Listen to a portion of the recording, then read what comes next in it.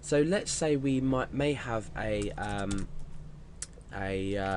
public type, and this might equal let's say 18 to 25. So this is the type of savings account I have, just as an example. We could say ISA or whatever. So 18 to 25 is the type of account that exists at the moment. And when we create this Alex savings, we can also then grab this type. Because we've created it as a public property, we can take this type of account and we can echo it out.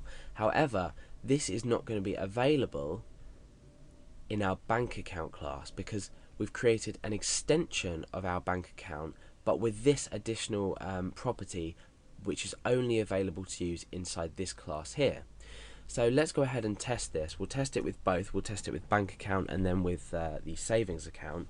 So if I was to say under here, Alex, or echo rather, echo, let's get rid of our balances. Echo, Alex, and then type. So we're trying to echo the type of account that I have in my normal bank account. Now, because we've only extended our bank account and specified this additional property in our savings account class, it's not going to work. We're going to return an error. So we've got undefined property bank account type. That's because our property doesn't exist within our bank account class, it only exists within our savings account. So let's get rid of that line there. We can't do that unless we've already pre-specified it up here, in which case it will automatically be available in savings account, and I'll show you an example of that in just a moment. Okay, so let's go ahead and say Alex savings, and now let's echo out the type of account. So echo Alex savings and the type of account. So let's go ahead and refresh, and you can see that we've been displayed with the value 18 to 25, which is what the account we specified up here. So now what I was talking about earlier is, because this is only available in savings account, which is an extension of bank account, we can't use it with bank account. But if we did want to use it with bank account, we can cut that from there, we can put it in there, and now what happens is this is available for each instance we create. So what we might do is we might create a new bank account, and then we might say we might give it a specific value, and we'd need a method to do this. So we could create a new method called in fact no, what we can do is we can come down here and we can say Alex type.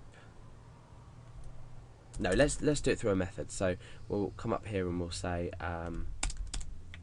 function, public function. We need public function set type, and this is going to set the type of account that we're currently dealing with. So what we can do is, once this function is run and we take in the type here, let's give it another name just so we don't confuse it with the property name.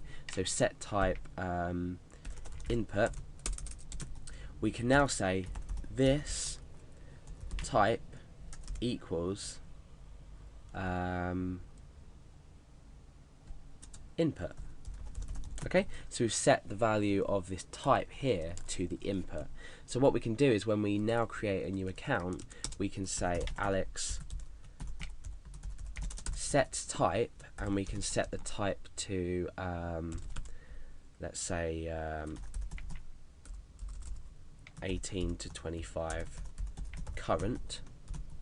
And now with our savings account we can do exactly the same thing, because remember we've extended all methods and properties. So we can say Alex savings set type super saver. Okay, so now what we can do is we can get rid of that. We can now echo out, let's say, the balance and the type of account. So I'm going to say echo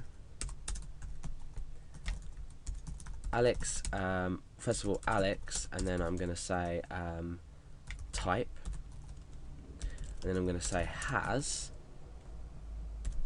and then I'm going to say Alex display balance. Okay, so what this is going to do is it's going to take the type of account, and then it's going to say has and the certain amount of balance that's in there, and we can append a line break on there. Let's just test this one in particular first. Let's refresh.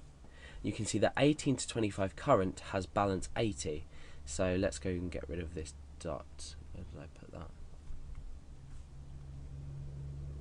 Oh yeah, okay, so I've got the dot in there, so let's refresh. So 18 to 25 current has balance 80. Now what we can do is, because we're extending this, we're extending the method and the property, like before we just set the property inside here, we can echo out Alex savings, and then we can echo the type out. Remember, this is a property, not a method, so we're just echoing out the raw public property. So if we would set this to private, we wouldn't be able to do that. We'd have to create a method in order to return the type, as we do with display balance. So now let's go ahead and say savings type, and we can say has and Alex savings display balance. And we'll put a line break just on the end of here to keep things neat, and let's refresh. So we've got 18 to 25 current has balance 80, and Super Saver has balance 3000.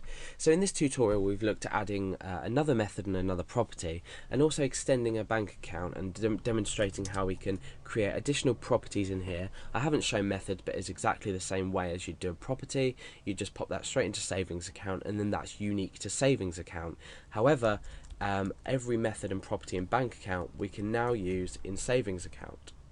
And I've also given a short example, so I encourage you to sort of play around with this, create new methods and properties inside your savings account and bank account, or whatever classes you're creating for whatever purpose you're creating them for. Play around and see what you can do and can't do, and I can guarantee that after you've got the hang of this, object-oriented programming in general will become a lot easier to grasp.